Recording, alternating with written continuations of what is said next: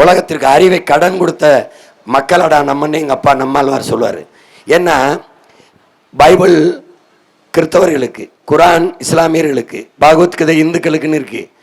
உலகத்தில் என் நாட்டவருக்கும் எம் சமயத்தவருக்கும் எக்காலத்திற்கும் ஏற்ற ஒரு நன்னறி, ஒரு வேத நூல் உண்டென்றால் நம்மளுடைய பாட்டனார் வள்ளுவ பெருமகனார் தந்தறிய திருக்குறள் தான்.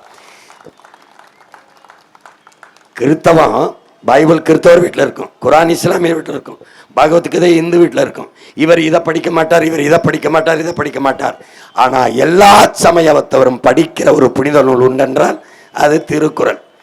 ஒரு ஆகச்சிறந்த அறிவு சமூகம் இது. இவன் அறிவியல் மொழி இல்லை தமிழ்மா.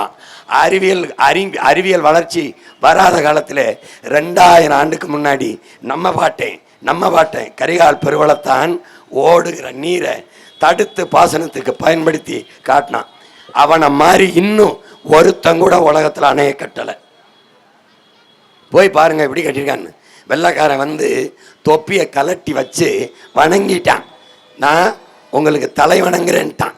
அவ்வளவு பெரிய அறிவியல் தொழில்நுட்பம் எல்லாம் கொண்டது.